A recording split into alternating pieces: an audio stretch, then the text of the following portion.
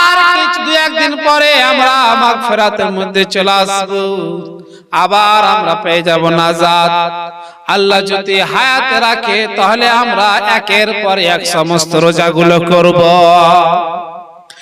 এই বরকতের মাস, রহমতের মাস, নাজাতের মাস, আমার নবী মুস্তাফা সাল্লাল্লাহু তাআলা আলাইহি ওয়াসাল্লাম বলেন, পবিত্র মাহে রমজানুল মুবারক মাস পেয়ে নিজের নাজাত করালো না, নিজের মাগফিরাত করালো না, জান্নাত চালো না, আমার নবী বলেন তার দুনিয়ার বুকে টিকে থাকাটাই তার জন্য আপনার বেকার। আমরা কপাল পোড়া মুসলমান, আমরা রোজার আহমিয়া জানতে পারলাম না, আমরা নামাজের আহমিয়া জানতে পারলাম না। আমার মায়ের নবী দয়ার নবী মুস্তাফা সাল্লাল্লাহু তাআলা আলাইহি ওয়াসাল্লাম বলেন, এই পবিত্র মাহে রমজানুল মুবারক মাস যখন আপনার আসে, আল্লাহ পাক এই পবিত্র মাহে রমজানুল মুবারক মাসের ওসিলায় জাহান্নামের দরওয়াজাকে আপনার বন্ধ করে দেয়, আপনার সমস্ত শয়তানদেরকে আপনার বন্ধ করে দেওয়া হয়। জিনদের মধ্যে সবচাইতে দুষ্ট তাদেরকে বন্ধ করে দেওয়া হয়, জাহান্নামের দরওয়াজাকে বন্ধ করে দেওয়া হয়। রোজা পর্যন্ত সেই দরওয়াজাগুলো আপনার খোলা হয় না, আর জান্নাতের দরওয়াজাগুলো আপনার সমস্ত খুলে দেওয়া হয়, আর রোজা পর্যন্ত সেই দরওয়াজাগুলো বন্ধ করা হয় না, একমাত্র রোজার কারণে। কিন্তু আমরা মুসলমান, কপাল পোড়া মুসলমান, রোজার আহমিয়া জানতে পারলাম না। আমার মায়ের নবী দয়ার নবী মুস্তাফা সাল্লাল্লাহু তাআলা আলাইহি ওয়াসাল্লাম এই মাহে রমজানুল মুবারক মাসে বেশি বেশি করে আপনার ইবাদত বান্দেগী করতেন, বেশি বেশি করে আপনার কোরআন তেলাওয়াত করতেন। এমনকি নবী মুস্তাফা সারা সারা রাত জেগে জেগে আপনার তাসবিহ তাহলিল করতেন।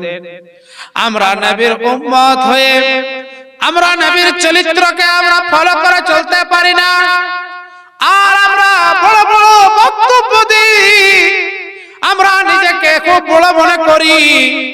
আমরা রোজার আহমিয়ত বুঝতে পারলাম না। এক গায়র মুসলিম তার ছেলেকে সঙ্গে করে আপনার বাজারের মধ্যে চলে গিয়েছেন। বাজারের মধ্যে যাওয়ার পরে পরে তার সন্তান বলে, আব্বা আমায় কিছু নিয়ে দাও।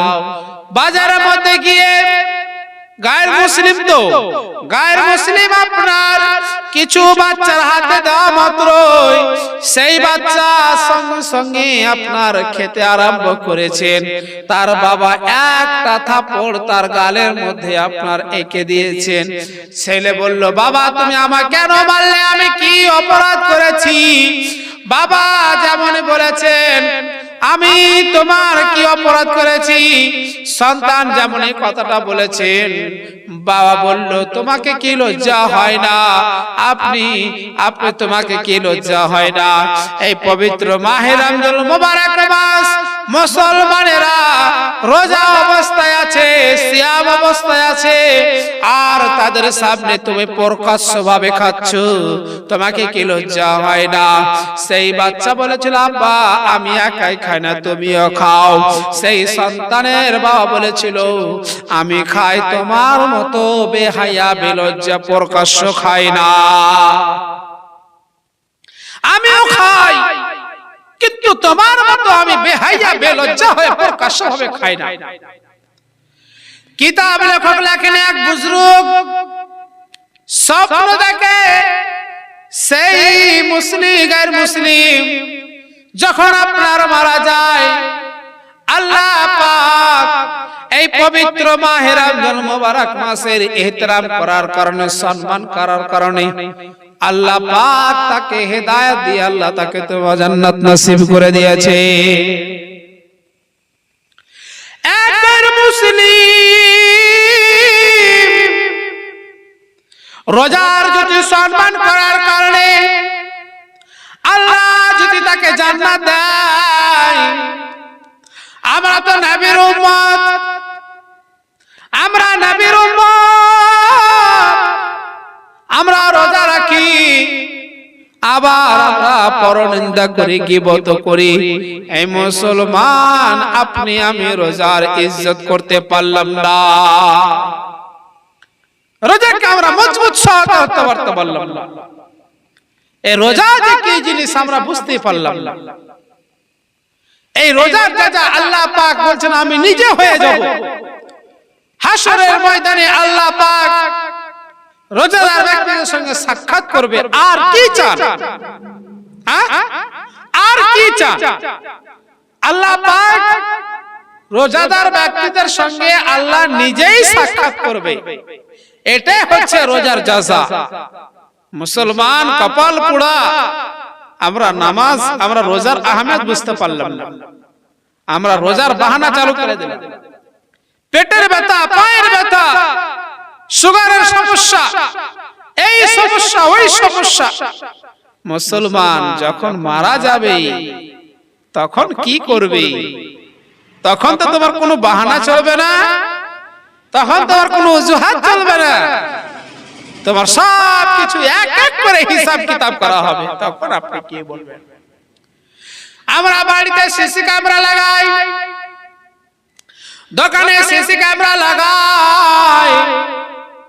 আল্লাহ পাক আমাদেরকে সিসি ক্যামেরা লাগিয়ে দিয়েছেন। আল্লাহ পাক বলেন কিরামান কাতিবিন ইয়ালামুনা মা তাফআলুন। আল্লাহর দুইজন ফেরেশতা দুই কাঁধের মধ্যে আছেন।